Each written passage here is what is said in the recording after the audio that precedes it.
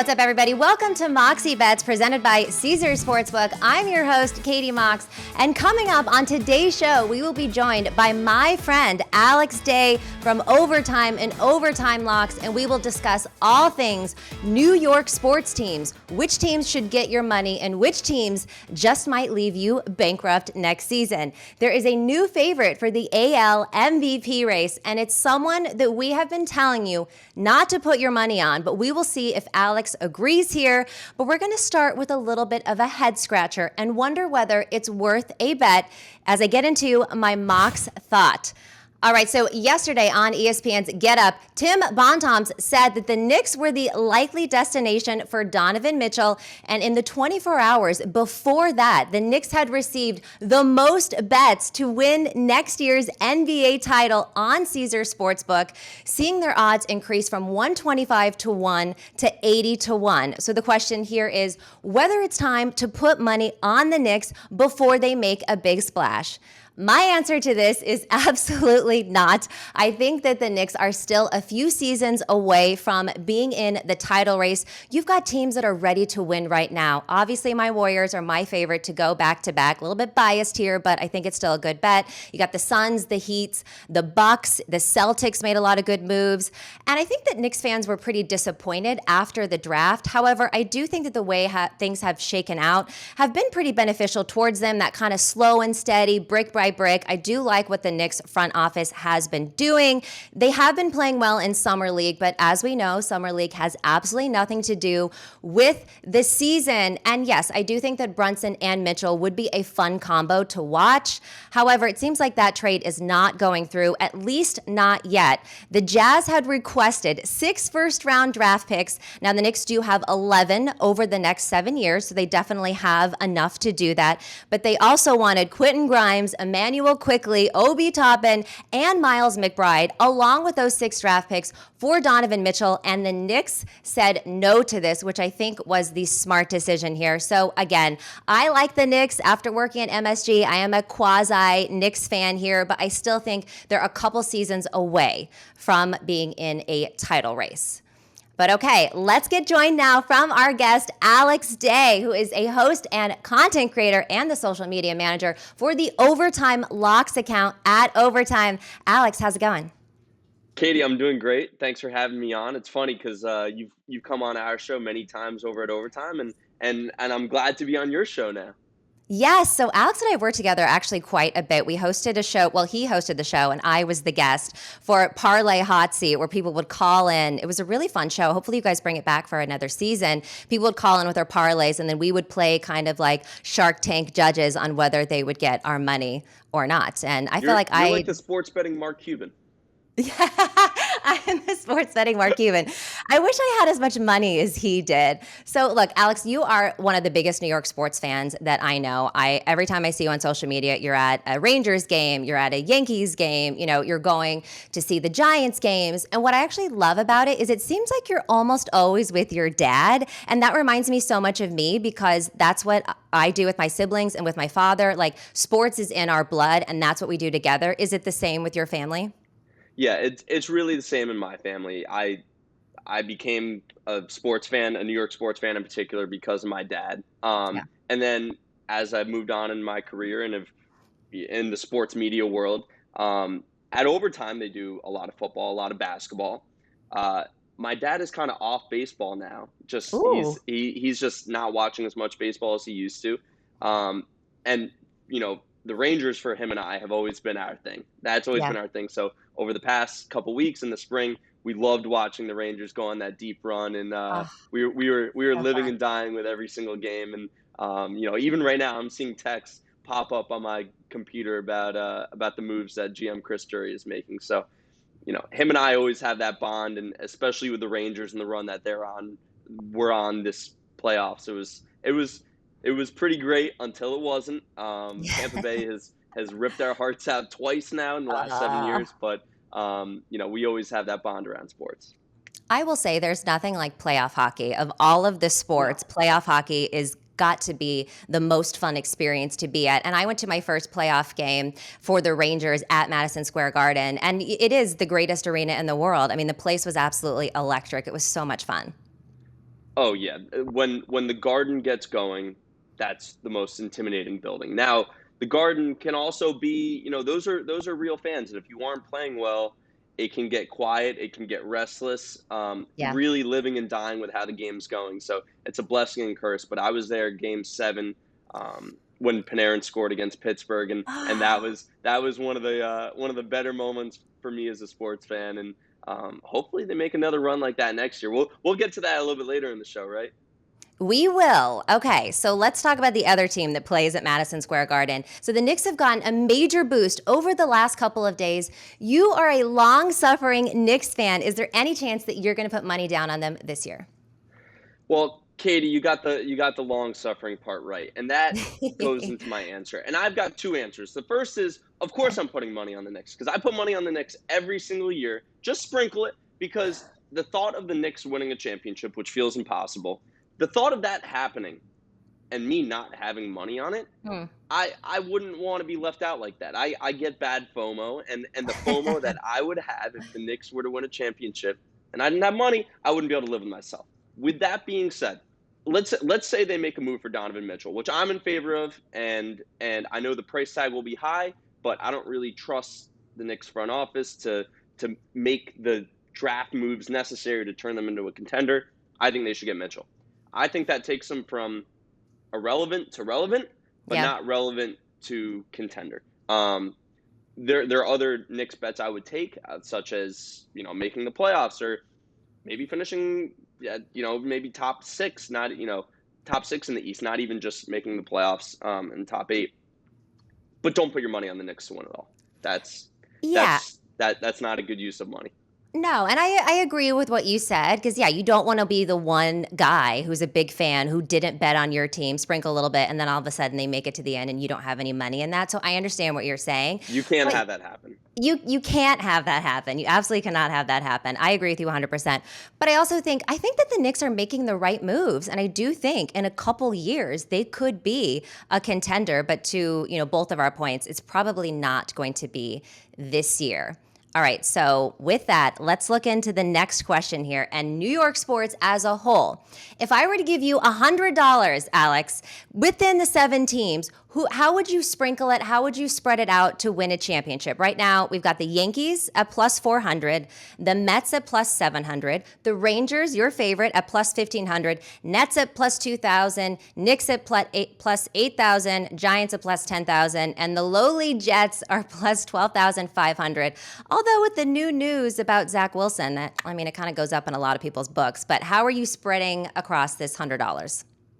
All right, so let's start with the easy part. That I'm not putting any money on my New York Giants or the New York Jets. That's just Well, not what if they happening. win? What about the No, logic for the Knicks?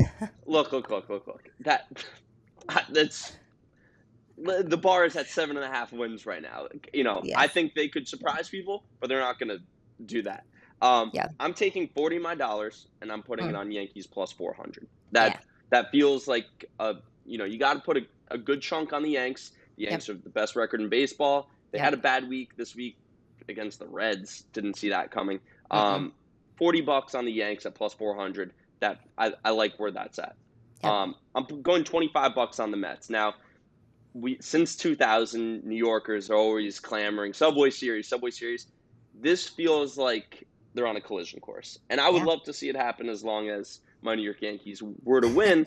But the Mets have been rolling, and they've been doing this without Jacob DeGrom, Yep. really without Max Scherzer. So if you think Scherzer's back now, if Hmm. DeGrom comes back healthy, they have to be in the conversation. So I've got 40 on the Yanks, 25 on the Mets. I'm putting 30 on the Rangers. The Rangers went to the Eastern Conference Finals last year. That's now the bar for Yep. me. I think they get to that point or further. They just made a great move for Vincent Trocheck, who will step in as the second line center, replacing Ryan Strome. You have to think when he plays next to Artemi Panarin, he's going to put up a lot more points. I think this team is now. They surprised people last year. They didn't surprise me. They surprised other people last year, Yeah. and I think they could go to that level, if not more again. So I've got 40, 30, 25. I have $5 left, and that's going to the Brooklyn Nets. Ooh. I still think Katie and Kyrie end up in Brooklyn. I think KD's trade request was just leverage for Kyrie. It doesn't Yep. make any sense to me because if you're the Nets, why would you give Kyrie an extension when he really hasn't done his part? Yep. Nevertheless, I think they're both back there. And on the off chance they just click and the soap opera becomes no more, I'll sprinkle the Nets. I'm not a believer. I mean, KD, Kyrie, Ben Simmons, that doesn't seem that reliable. Just in case it happens, I'll give $5 to the Nets. Okay, well, you and I are basically on the same wavelength here, slightly different money, but we're betting on the same team. So I'm going to give $50 to the Yankees for all the reasons that you just said. They are the best team in baseball right now. Yes, they've gone 6-6 over their last 12, but no one's going to have an absolutely perfect season. I feel like after the break, they're going to come back swinging and hitting and being crazy. I also think they're going to do well tonight, which we'll get into later, versus the Red Sox.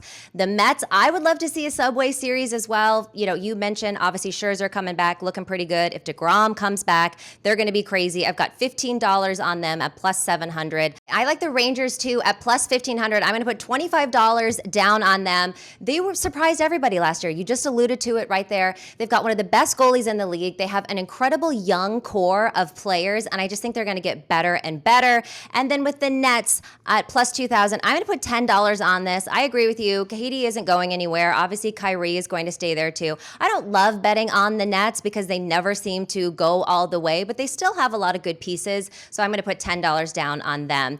And no money for the Knicks. I talked about at the beginning of the show. No money on the Giants and no money on the Jets, even though Zach Wilson is proving to be a little bit of a stud there.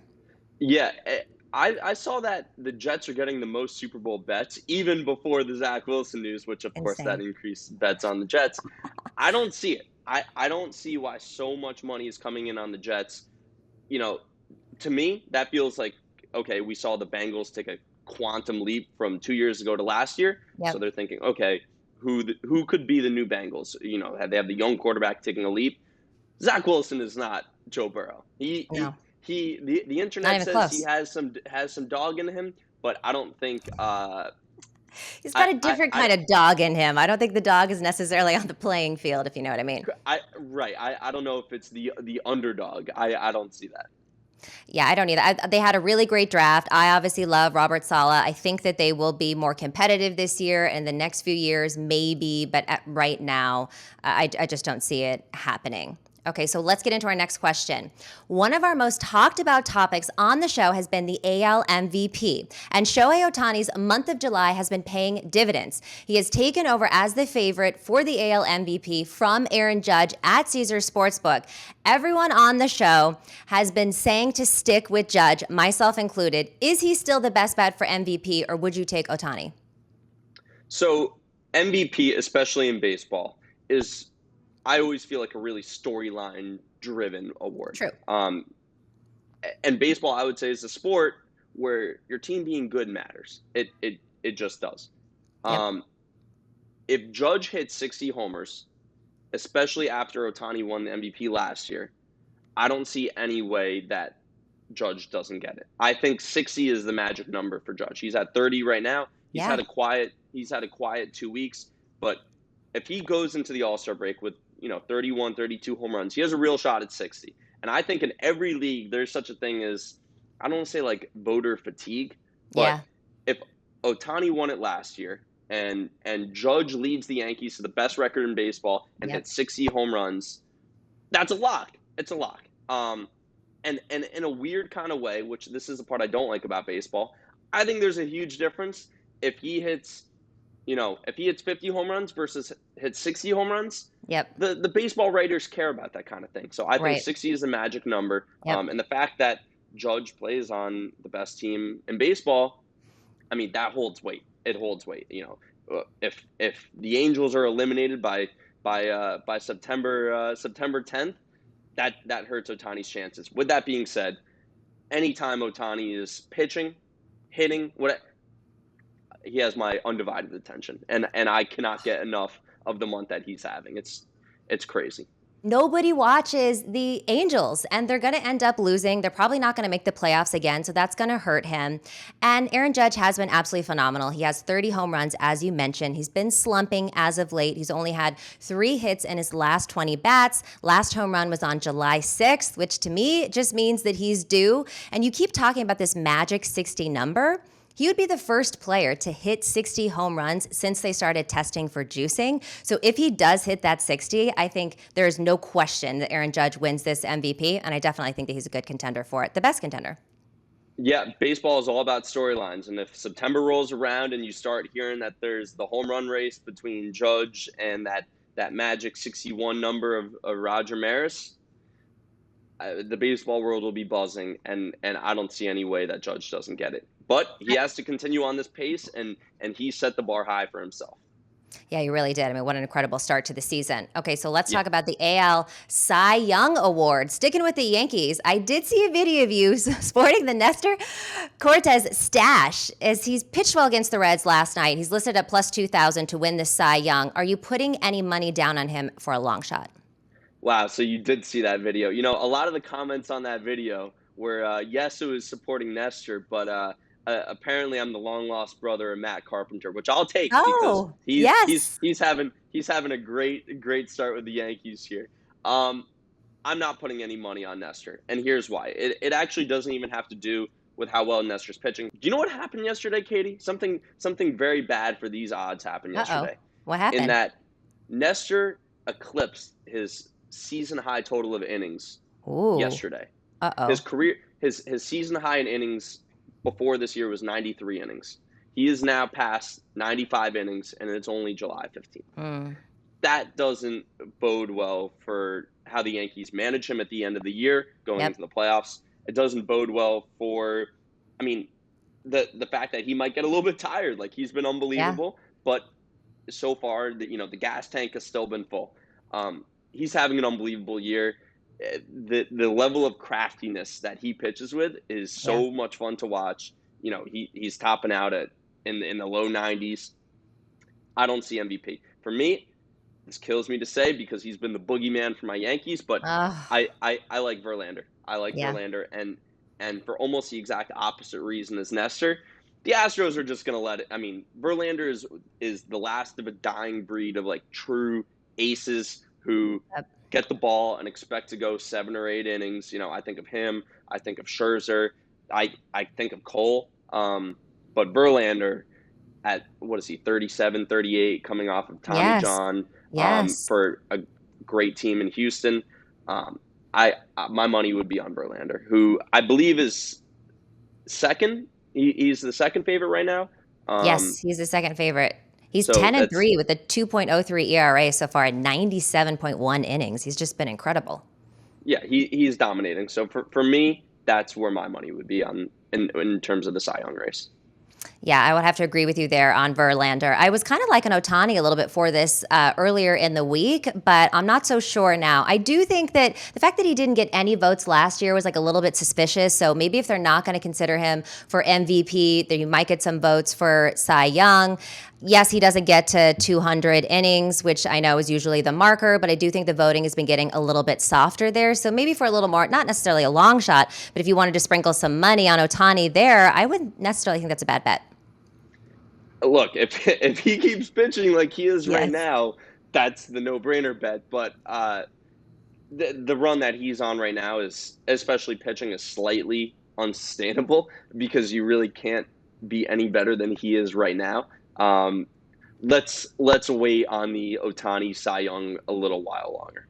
All right, now it's time for Mox Locks. I'm going to give you my 2 best bets for the MLB slate today, and Alex is going to give his best bets. First up, I'm looking at the Rays versus the Orioles. I'm taking the under 8 runs here. This is at minus 120. So Baltimore has been surprising everyone. I faded them last week. That didn't work out too well for me. They have won 10 games in a row. I still think that the bubble is going to burst, but it might not necessarily tonight. The Rays coming off of winning 4 games, sweeping against the Red Sox. We've got Wells versus Patino tonight. Patino coming off of injury. He'll probably only throw a couple innings. He's a bit of a question mark for me, but Wells has been pitching really well.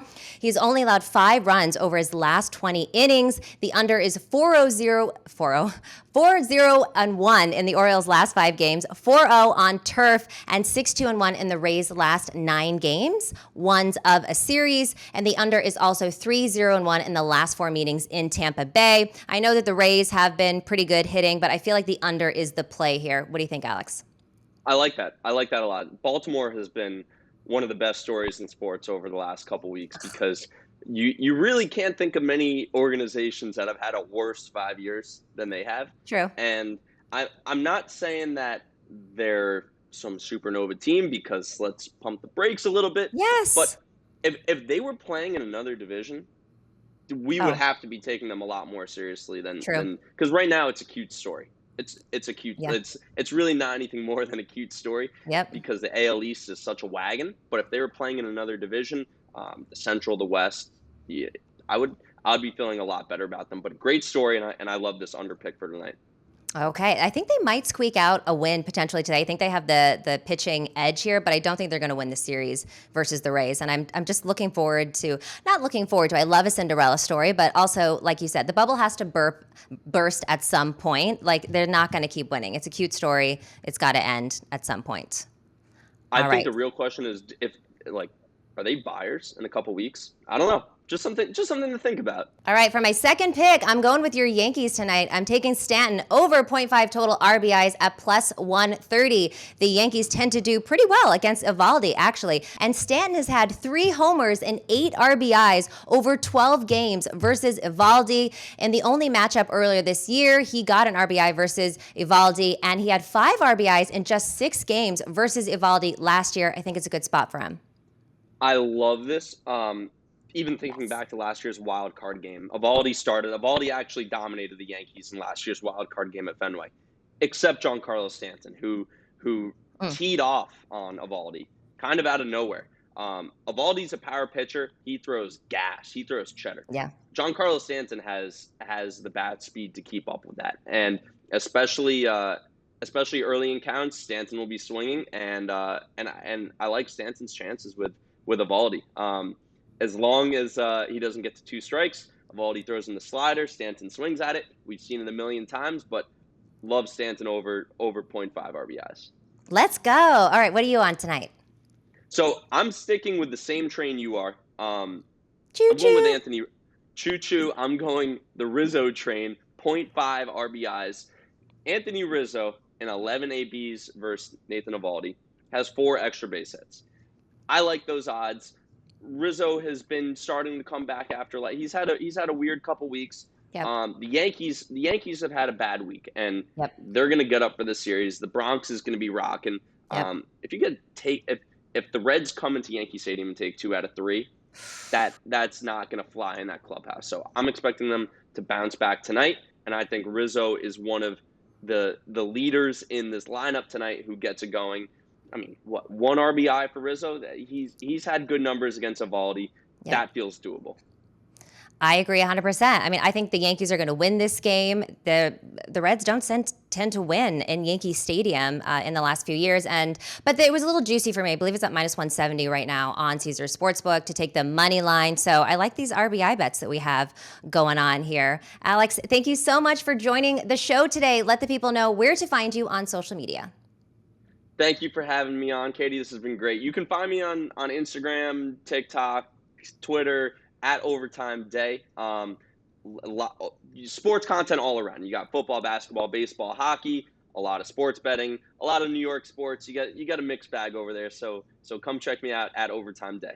Yes, and a lot of funny content, too. I feel like your TikTok videos go off. They're so hilarious. But again, thank you so much for joining today. This has been Moxie Bets presented by Caesars Sportsbook.